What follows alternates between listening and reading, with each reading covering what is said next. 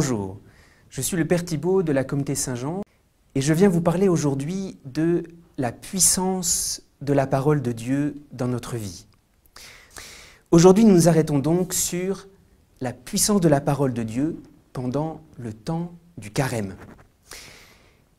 Dès le premier dimanche du carême, l'Église nous indique le temps du carême, c'est un temps pour redécouvrir la parole de Dieu, sa force et sa puissance.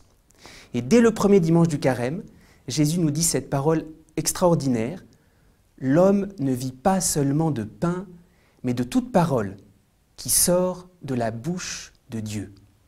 Et Jésus dit cette parole après avoir marché pendant 40 jours dans le désert, et c'est notre cas, même si nous n'avons pas encore été jusqu'au bout du carême, et cette parole, Jésus l'a dit alors que le carême est déjà bien avancé. Jésus dit cette parole alors qu'il a marché, qu'il a faim. Et en réalité, Jésus reprend cette parole du Deutéronome, où dans le Deutéronome, il est retracé tout le cheminement d'Israël dans le désert qui a été éprouvé par Dieu, où Dieu lui a fait connaître la faim, Dieu l'a humilié, mais pour lui apprendre que l'homme ne vit pas seulement de pain, mais de toute parole, de toute chose, de tout ce qui sort de la bouche de Dieu. Une première chose étonnante, si nous nous arrêtons sur cet évangile qui nous introduit à cette place de la parole de Dieu qui nous accompagne pendant tout le carême, une première chose étonnante, c'est que la puissance de la parole de Dieu n'est peut-être pas celle qu'on penserait spontanément. Nous, quand on parle de la puissance de la parole de Dieu, peut-être on pense au miracle. Et c'est vrai, pendant la vie du Christ, la puissance de la parole de Dieu s'est déployée, s'est manifestée à travers les miracles. Mais chose très étonnante, quand Jésus est au désert, et c'est la première tentation, le Satan lui dit, le démon lui dit, « Dis à ces pierres qu'elles deviennent du pain ». Alors ça, c'est étonnant. C'est que faire un miracle, c'est une tentation. Alors on pourrait dire, mais qu'est-ce qu'il y a de tentation à ce que le Fils de Dieu fasse un miracle et transforme les pierres en pain? Non seulement la puissance de la parole de Dieu, quand Jésus est au désert, elle ne se transmet pas à travers des miracles, mais même le miracle, c'est là la tentation. Et il faut reconnaître, souvent on a cette tentation.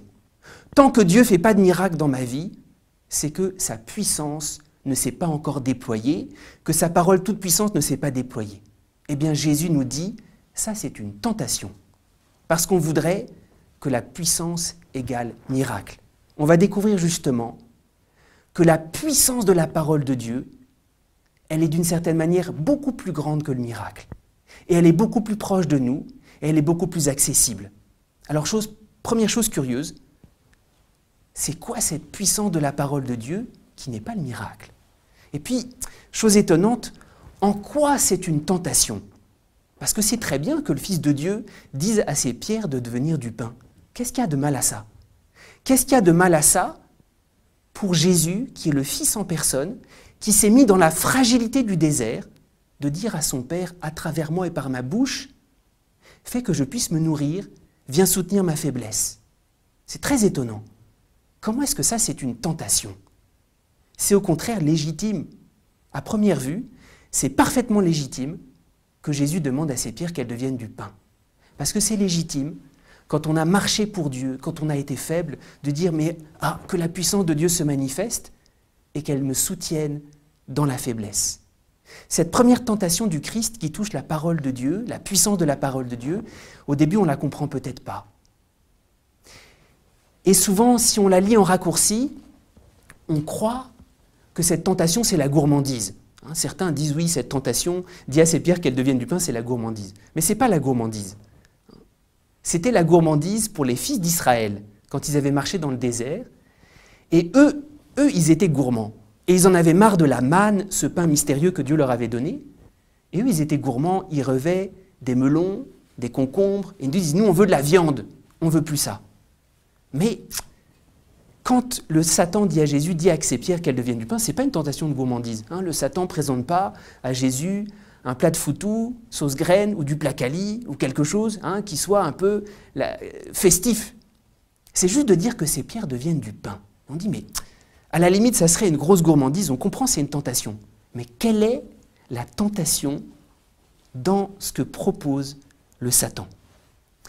Pour poursuivre un peu, on va essayer de voir, parce que l'Évangile nous fait exprès de nous faire méditer, si la puissance du miracle, c'est une tentation, alors c'est quoi la vraie puissance de la parole de Dieu? C'est une puissance beaucoup plus cachée, peut-être beaucoup plus proche, beaucoup plus profonde. La seconde tentation de Jésus au désert, elle est tout aussi mystérieuse et elle touche encore la parole de Dieu. Le Satan dit, il le met sur le pinacle du temple et lui dit « jette-toi en bas ». Et le Satan cite la parole de Dieu parce qu'il est écrit « il donnera ordre à tes anges de te garder en toutes tes voies et ils te porteront pour que ton pied ne heurte la pierre ». Et cette seconde tentation, au point de départ, là aussi, on ne la comprend pas. Parce que cette seconde tentation, si tu es le Fils de Dieu, manifeste à tout le monde que la gloire de Dieu t'enveloppe. Et ça, parfois, on dit, mais c'est très bien de demander ça. Il faut qu'on voit que Jésus est le Fils. Il faut qu'on voit qu'il est l'onction. Et parfois, on dit, mais quel mal à ça? Quel mal à demander que la pierre devienne du pain? Quel mal à demander que tout le monde puisse voir que les anges de Dieu me protègent parce que je suis le Fils? On sait bien, parfois on demande ça à Dieu.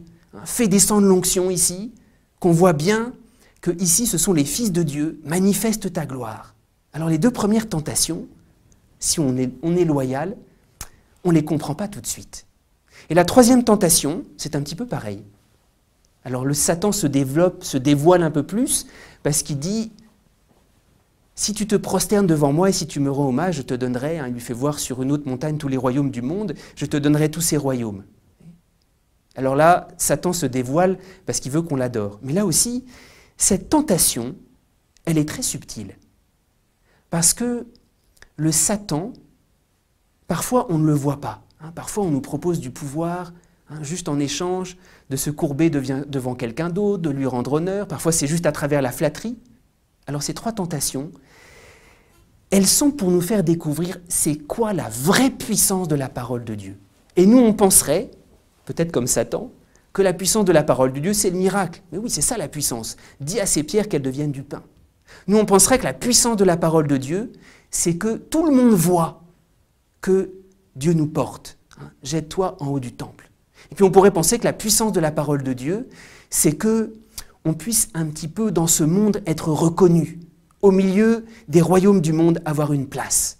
Et c'est curieux, ces trois aspects. Le miracle, dis à ces pierres qu'elles deviennent du pain, jette-toi d'en haut du temple pour qu'on te voie, et un peu plus de pouvoir pour manifester ta gloire. Il nous est dit, ça c'est pas la puissance de la parole de Dieu. C'est la tentation du diable. Alors, il faut s'interroger, mais si ça c'est pas la puissance de la parole de Dieu, c'est quoi cette vraie puissance de la parole de Dieu? Une première chose à remarquer, si on ne découvre pas vraiment c'est quoi cette puissance, on risque d'attendre éperdument un miracle qui ne vient pas. Et on risque de dire, mais en fait, Dieu n'agit pas dans ma vie. Dieu n'agit pas parce que les pierres continuent à être du pain, il y a des obstacles dans ma vie. La puissance de Dieu n'agit pas parce que personne ne me regarde, je n'ai pas une espèce de gloire humaine. La puissance de Dieu n'agit pas dans ma vie parce que moi, je n'ai pas de royaume de la terre. Et cet évangile, il est salutaire parce qu'il nous dit, la puissance de la parole de Dieu, elle est autre chose, et elle est beaucoup plus proche. Peut-être une première chose à remarquer, c'est que la puissance de la parole de Dieu, première chose, elle ne nous met pas dans le paradis terrestre. La puissance de la parole de Dieu ne supprime pas les obstacles. La puissance de la parole de Dieu ne supprime pas nos fragilités, nos faims, nos soifs, nos angoisses.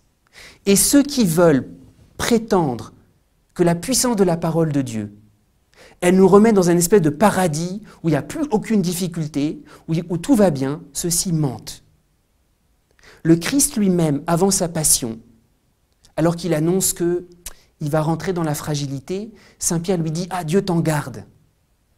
Et Jésus dit à Pierre « Arrière Satan, c'est toi qui es l'obstacle. » Et il faut bien voir ça, Jésus au désert dit « C'est pas ça la puissance de la parole de Dieu. La parole de Dieu n'est pas un rêve. La parole de Dieu, ce n'est pas des fausses promesses. » Il n'y a pas très longtemps, c'était le début de l'année, déjà à quelques mois, Et j'avais entendu sur une radio des jeunes qui étaient en colère contre un homme de Dieu qui avait déclaré tout fort « Cette année, ça sera l'année de ton année. Tout va aller bien, tu vas trouver ci, tu vas trouver du travail. » Et ces jeunes étaient en colère en disant « Ça, on nous l'avait dit en 2016 et il ne s'est rien passé. » Et on attend cet homme de Dieu qui nous a dit « C'est l'année de ton année. » Eh bien, la puissance de la parole de Dieu, on va voir. C'est vrai, elle fait des miracles. Et toute la vie de Jésus, il y a eu des miracles qui ont parsemé sa vie. Mais avant ça, Jésus est allé au désert et il y a eu quelque chose de beaucoup plus profond qui s'est joué. C'est que la parole de Dieu ne nous met pas dans un monde idéal. Et la parole de Dieu, elle va agir dans notre vie telle qu'elle est. C'est la première bonne nouvelle. Dis à ces pierres qu'elles deviennent du pain. Jésus dit non. Ma vie, elle va rester une vie où je vais me battre pour gagner mon pain. Ou peut-être ça sera difficile. Et la puissance de la parole de Dieu, elle est d'abord que Dieu m'a parlé par sa propre bouche et que Dieu est venu en quelque sorte me donner une force intérieure pour traverser le désert. La puissance de la parole de Dieu, le miracle, ce n'est pas dans les pierres, il est d'abord en moi-même. Et c'est pour ça que Jésus commence par aller au désert, où on a l'impression que la puissance de la parole de Dieu est éteinte, c'est là qu'elle se manifeste. Et le Satan a même peur. C'est pour ça qu'il tourne autour du Fils de Dieu. Parce qu'il se rend compte qu'en fait la puissance, elle n'est pas dans un miracle extérieur, elle est en lui. Et tout au long de l'Évangile, Jésus nous dit ça. La puissance de la parole de Dieu, c'est d'abord Dieu qui te met debout à l'intérieur de toi-même, parce que tu sais que Dieu te parle, tu peux traverser le désert. Et on a déjà rencontré des gens, des saints dans notre vie, qui n'ont pas moins d'obstacles que nous, mais qui ont une force intérieure. Et c'est la première chose à retenir, la puissance de la parole de Dieu dans le carême, pour que l'homme sache que l'homme ne vit pas seulement de pain, mais de toute parole qui sort de la bouche de Dieu. C'est pour apprendre que Dieu te parle d'abord dans ton cœur et qui te donne une force qui dépasse tout ce qu'on peut imaginer. Dans l'évangile de la Samaritaine, Jésus s'arrêtait au bord du puits et un peu comme dans ce passage sur lequel nous nous arrêtons, Jésus était fatigué. Il a voulu être faible. Il s'est assis au bord du puits. Il a dit « Donne-moi à boire » à une femme. Et cette femme, il n'a pas fait de miracle pour elle. Il a même mis le doigt sur la faiblesse de cette vie, de cette femme, sur la faiblesse de sa vie, qui allait puiser de l'eau en plein midi, c'est-à-dire qui était fatiguée, en plein midi, c'est-à-dire pour qu'on ne la voie pas, parce qu'elle avait sans doute honte. Et juste parce que Jésus lui a parlé, il s'est passé quelque chose en elle, il lui a dit « L'eau que je te donnerai deviendra en toi source jaillissante en vie éternelle. » Le miracle, il est où? Il est en nous. Et on peut être source. Il y a des gens qui sont toujours repliés sur eux-mêmes, qui attendent qu'il y ait un miracle qui vienne de l'extérieur. Et je vous dis, mais si tu savais le don de Dieu et la puissance qui est en toi, si tu savais le bien que tu pouvais faire, si tu savais la résurrection qui est en train de se préparer, pas à l'extérieur, mais en toi-même. Si tu savais le don de Dieu, et quel est celui qui te dit « donne-moi à boire », c'est toi qui l'aurais prié et il t'aurait donné de l'eau vive. Jésus, quand il marche, il ressuscite d'abord nos cœurs. Et c'est ça qui vit au désert. La puissance de la parole de Dieu, elle est en toi. Pour les pèlerins d'Emmaüs, il fait pareil. Les pèlerins d'Emmaüs, ils étaient complètement découragés parce qu'ils étaient déçus. Qu'ils s'attendaient à ce que Jésus à la croix fasse un miracle ou se défende ou parte. Et puis tout s'est mal terminé. Et puis Jésus leur parle, puissance de la parole de Dieu. Jésus leur parle et à la fin ils disent « Notre cœur n'était-il pas tout brûlant quand il nous parlait et quand il rompait le pain avec nous ?» Alors première chose, la parole de Dieu, elle est ce miracle intérieur. Et c'est vrai, ensuite Jésus va faire des miracles. Mais la première période de la vie de Jésus, il n'y a pas de miracle. C'est Jésus à Nazareth, c'est Jésus au désert. Et la fin de la vie de Jésus, il n'y a pas de miracle, mais le miracle, il est intérieur. C'est le miracle d'être fils de Dieu, c'est le miracle de traverser la passion. Alors, quelle est au fond cette parole de Dieu qui a permis à Jésus de résister à Satan, de dire non, c'est cette vie-là que je veux vivre. Et Dieu va agir dans ma vie, avec ce qu'elle est, avec ses limites, avec ses cailloux, qui ne vont pas devenir forcément du pain. Cette parole, si dans l'évangile de Matthieu, on vient un peu en arrière, la parole que Jésus a entendue juste avant d'aller au désert, et qui lui a fait traverser le désert, c'est la parole qu'il a reçue au baptême. Et au baptême, il a entendu « Tu es mon fils, tu es mon fils bien-aimé, tu as toute ma faveur. » Et c'est ça la puissance de la parole de Dieu, qui, à l'intérieur de nous fait fils. C'est pour ça que la grande grâce à demander pendant ce désert du carême, qui n'est pas encore fini, c'est d'entendre Jésus qui nous dit « Tu es mon fils bien-aimé ». Et même si les apparences sont contre toi, tu es déjà mon fils. Même si les apparences sont contre toi, c'est toi qui vas les transformer de l'intérieur. C'est toi qui vas les vivre et qui va pouvoir transmettre ma gloire à partir de toi. C'est pour ça que la première chose à demander, c'est une expérience de grâce. Première puissance de la parole de Dieu, il va ressusciter ton cœur. Et il va donner une force. Et pour ça, il y a une seule chose à faire. Seigneur, dis-moi que je suis ton fils. Et fais-moi une source d'eau vive en moi. Alors peut-être il y aura des miracles. Mais les miracles sont le signe de quelque chose qui s'est passé en moi-même. Et les miracles accompagnent un chemin où Jésus veut d'abord me transformer moi. C'est pour ça que face à Satan, ça ne l'amuse pas de changer les pierres en pain. Face à Satan, il veut d'abord montrer qu'il est le Fils et qu'il ne veut pas rentrer dans ses pièges. Ensuite, Jésus, à la seconde tentation, il répond aussi. Tu ne tenteras pas le Seigneur ton Dieu, là aussi, en s'appuyant sur la parole. Et la seconde tentation nous montre un autre aspect de la puissance de la parole de Dieu, qui n'est pas forcément la gloire humaine. Et c'est tellement difficile. C'est tellement difficile de ne pas avoir de gloire humaine, d'être Joseph, le charpentier de Nazareth, qui est tout simple, que personne peut-être n'a remarqué. Et même pour Jésus, on se sert de ça pour dire, mais Jésus, il n'est rien d'extraordinaire, il est le fils de Joseph. Joseph n'avait pas une espèce de gloire humaine qui fait que tout le monde savait que c'était peut-être un des plus grands saints de la terre et que la puissance de la parole de Dieu était à l'œuvre en lui. La seconde dimension de la puissance de la parole de Dieu dans cet évangile qui nous a introduit au carême, c'est que la puissance, ce n'est pas la gloire humaine. La puissance, elle est dans la fidélité. Il n'y a pas très longtemps, j'étais à un deuil d'une personne très simple qui a vécu sa vie en chrétien sans faire de choses extraordinaires. Et à la fin de sa vie, il a forcé le respect en disant, mais en fait, on réalise au moment de sa mort que sa vie, elle parlait par elle-même. Quelqu'un qui est fidèle, il n'a pas besoin de faire des choses extérieures. Quelqu'un qui est fidèle, sa vie parle par elle-même.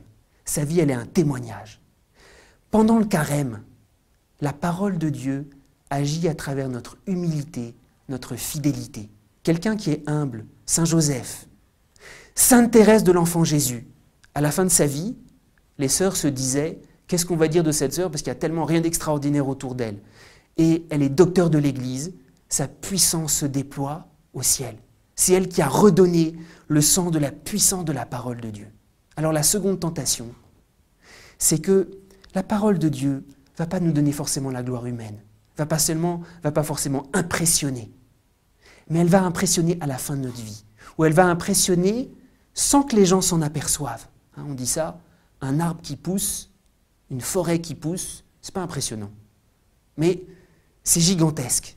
La puissance de la parole de Dieu, elle est à travers notre fidélité.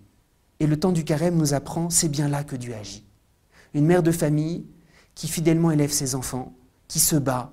Un père de famille qui est fidèle dans son métier, qui est honnête, comme Saint Joseph. C'est là que la puissance de la parole de Dieu descend avec force. Et puis, troisième réponse contre la tentation de Satan qui nous montre la vraie puissance de la parole de Dieu. Premièrement, la parole n'enlève pas la fragilité humaine, elle est la force au milieu de notre faiblesse. Deuxièmement, la puissance de la parole de Dieu, c'est la puissance de l'humilité des saints, qui peuvent transformer le monde à partir de ce qu'ils vivent en eux-mêmes. Et puis la troisième tentation, peut-être la plus étonnante qui a touché Jésus, et qui nous révèle quelque chose de très fort sur la puissance de la parole de Dieu. La troisième tentation, c'est le Satan qui veut, en échange de l'adoration, donner le pouvoir, tous les royaumes du monde. Et Jésus répond, non, un seul Dieu tu adoreras, à lui seul tu rendras un culte. Et là aussi, Jésus revient sur le Deutéronome. La puissance de la parole de Dieu, elle se vit dans l'adoration. Et quelle adoration? L'adoration de Satan, c'est en échange du pouvoir. L'adoration de Dieu, ce n'est pas en échange du pouvoir, c'est en échange d'autre chose. Parce que le pouvoir, il est encore extérieur. L'adoration, c'est peut-être le lieu à la fois le plus caché, mais le plus fort de la manifestation de la puissance de la parole de Dieu. Parce qu'à chaque adoration, j'allais dire, il y a un miracle intérieur. L'adoration, elle a quelque chose même de plus fort que le miracle. Parce que l'adoration, c'est comme vivre de la parole créatrice de Dieu. Qu'est-ce que c'est qu'adorer? Adorer, c'est se remettre comme au premier moment de notre création, où Dieu dit que la lumière soit et la lumière fut, où Dieu dit que les choses viennent à l'existence et les choses existent.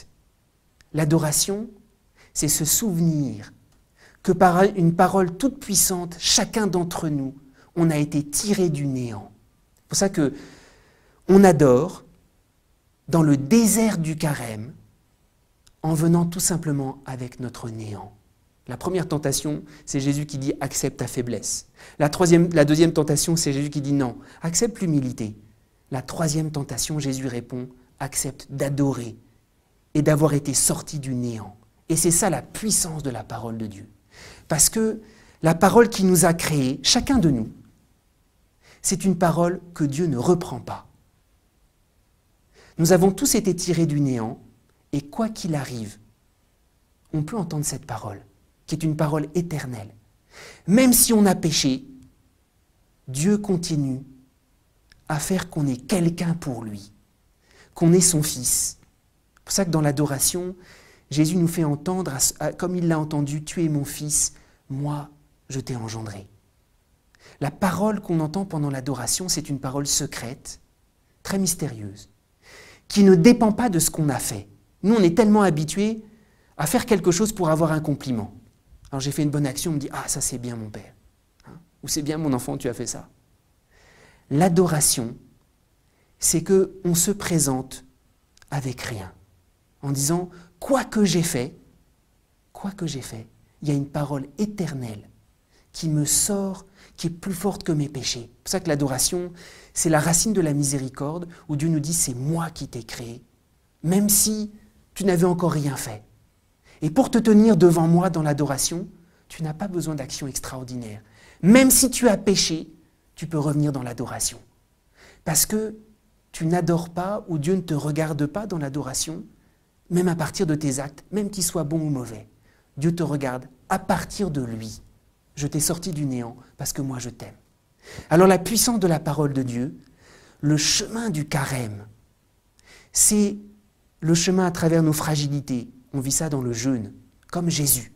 On accepte de buter sur des cailloux. Le chemin du carême, c'est le chemin de l'humilité. On ne fait pas savoir sur la place publique qu'on jeûne, c'est dans le secret. Et puis le chemin du carême, c'est l'adoration. Et l'adoration, pourquoi c'est un miracle? Parce que ça refait nos forces. Quelqu'un qui va à l'adoration, la puissance de la parole de Dieu le remet debout. Et sa vie est un mystère. Parce que, au-delà de ce qui peut arriver, il est nourri. La parole de Dieu, c'est un pain. Et le pain, c'est à l'adoration. L'adoration, on est nourri par Dieu qui nous parle. Il peut y avoir des paroles de Dieu qui ne nous nourrissent pas parce qu'on n'adore plus et on devient très extérieur. Alors la puissance de la parole de Dieu, c'est vrai, elle peut nous être donnée à travers des miracles. Et je voudrais terminer par m'arrêter sur un autre passage de l'Évangile. On s'est arrêté surtout sur ce passage de Jésus au désert qui nous fait découvrir la vraie puissance de la parole de Dieu. Ce n'est pas d'abord les miracles, c'est une puissance en toi qui va traverser les faiblesses. Et alors peut-être les miracles éclateront. Ce n'est pas d'abord les miracles extérieurs, jette-toi du haut du temple, c'est accepte ce long chemin de l'humilité. Ta vie parlera d'elle-même, beaucoup plus que tu ne le penses. C'est pas d'avoir un pouvoir qu'on obtient par la flatterie, par la corruption, par des tas d'échanges. C'est d'être nourri au cœur dans l'adoration. Alors c'est vrai, après, durant toute sa vie, Jésus va faire des miracles. Et je voudrais m'arrêter sur un autre passage d'Évangile où Jésus montre de façon très étonnante un miracle que vous connaissez tous. C'est le miracle où Jésus a remis debout l'infirme de Bethsata, Jean au chapitre 5. Et si vous connaissez ce passage, ce miracle, il a réussi. Jésus a mis cet homme debout, va, prends ton brancard et rentre chez toi. L'homme a pris son brancard, il est rentré chez lui. Mais en fait, si on lit ce passage de l'Évangile, ce miracle, tout miracle qu'il est de Jésus, se solde même par un échec. Parce que cet homme, à la fin de l'Évangile, à la fin de ce passage, lisez Jean chapitre 5, il va dénoncer Jésus. Il n'a même pas... Il s'est redressé sur ses pieds, mais il ne s'est pas redressé dans son cœur. Il n'a même pas le courage de dire « c'est cet homme et je lui rends grâce ». Parce que, si vous lisez l'Évangile, juste après, Jésus part de la piscine de Bethsata et cet homme va au temple. Et puis les pharisiens lui disent « tu n'as pas le droit de porter ton brancard, c'est le jour du sabbat ». Et on lui dit « qui t'a guéri ?» Et cet homme dit « je ne sais pas qui c'est ». Et en effet, Jésus était parti. Et puis alors, après, les pharisiens veulent qu'on dénonce qui c'est. Et puis après, cet homme va au temple, parce qu'il était exclu, il était dans la piscine de Bethsata. Il ne pouvait pas aller au temple, il ne marchait pas. Il va au temple pour rendre grâce. Et voilà que Jésus lui dit, c'est moi qui t'ai guéri. Il se présente à lui, il ne lui dit pas ça, mais il lui fait comprendre. Il lui dit, ne pêche plus de peur qu'il ne t'arrive pire encore. Et alors cet homme, alors qu'il a été redressé par un miracle, il n'a pas la force de rendre grâce au Christ et il va voir les pharisiens et il va lui annoncer en fait c'est lui qui m'a guéri. Et c'est lui qu'il faut arrêter, sous-entendu. Ce passage nous montre qu'on peut avoir tous les miracles et ne pas bouger d'un pouce. Parce que cet infirme de Bethsata, peut-être il est au ciel, il faut prier pour lui, cet infirme de Bethsata, en tout cas, tant qu'il a rencontré Jésus sur la terre, il est resté le même.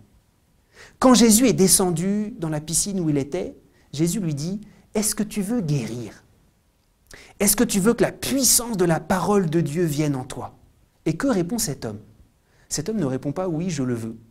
Cet homme dit, en murmurant, en se plaignant, en râlant, en disant « Mais à chaque fois que l'eau bouillonne, parce que dans cette piscine, il fallait aller se faire guérir quand l'eau bouillonnait, à chaque fois que l'eau bouillonne, quelqu'un passe devant moi et je n'ai pas le temps d'y aller, moi je suis grabataire, je ne peux pas y aller. » Et cet homme, il était dans le murmure. On connaît des gens comme ça, parfois nous-mêmes, on parle presque tout seul à se plaindre. Et Jésus fait un miracle, alors que cet homme n'a même pas osé dire « Seigneur, vraiment guéris-moi ». Jésus fait un miracle, et cet homme, il continue à rester téléguidé par les autres, en disant « c'est toujours la faute des autres ». D'abord, il me marche dessus, j'arrive pas à aller dans la piscine. Puis quand les pharisiens viennent le voir, il prend ça encore mieux comme une agression, en disant « Ah, encore un ennui qui va me tomber dessus ». Il n'a pas le courage de dire « Ah, c'est un homme incroyable qui m'a guéri ». Comme le fera un peu plus loin, Jean chapitre 9, l'aveugle-né, qui défie les pharisiens.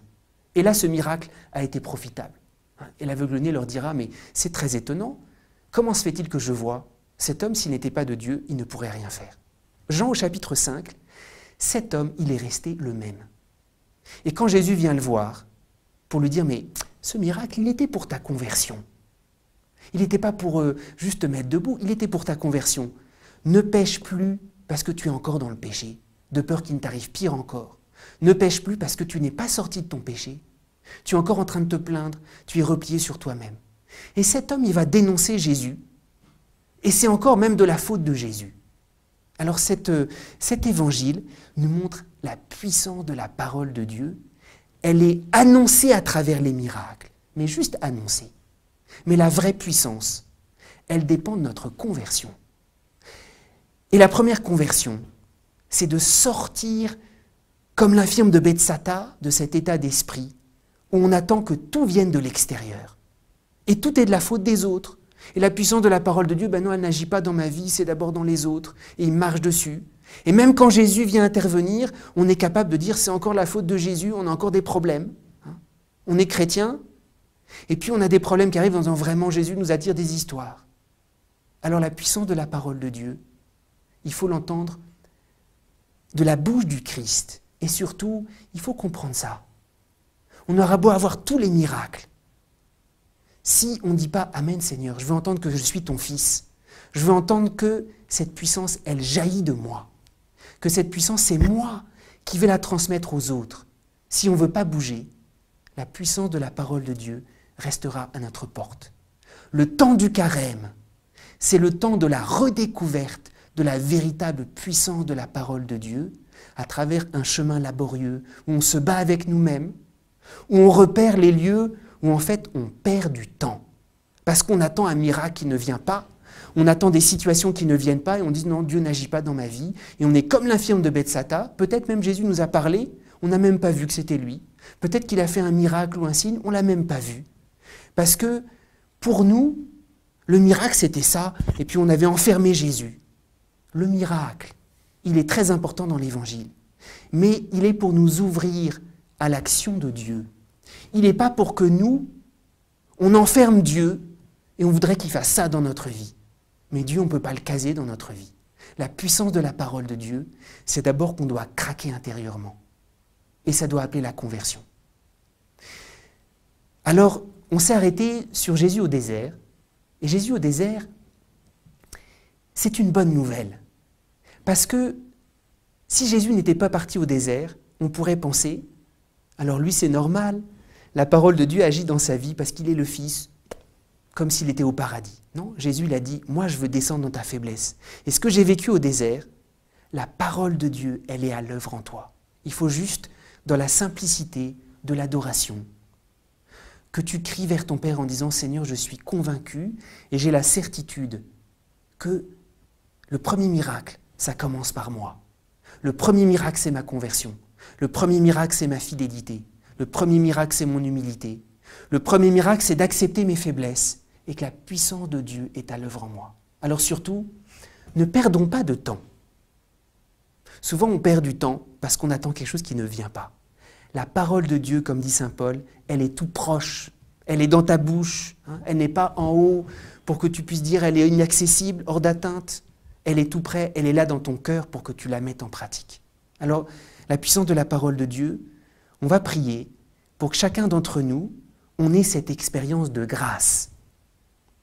Pour entrer dans la parole de Dieu, c'est l'expérience de la grâce. Si tu savais le don de Dieu, et quel est celui qui te dit « donne-moi à boire ». Et s'il y a un miracle intérieur, il y aura peut-être des miracles extérieurs. Mais si jamais il n'y a pas de miracle intérieur, parce qu'on n'a pas accepté de Jésus d'entrer, comme l'infirme de Bethsata, il y aura beau avoir des miracles, on ne les verra même pas. Dieu vous bénisse, que Dieu bénisse toutes nos familles, que Dieu bénisse toutes nos vies, tout ce qu'on a apporté, toutes nos difficultés, pour qu'on puisse découvrir la puissance de sa parole qui est à l'œuvre en nous. Amen.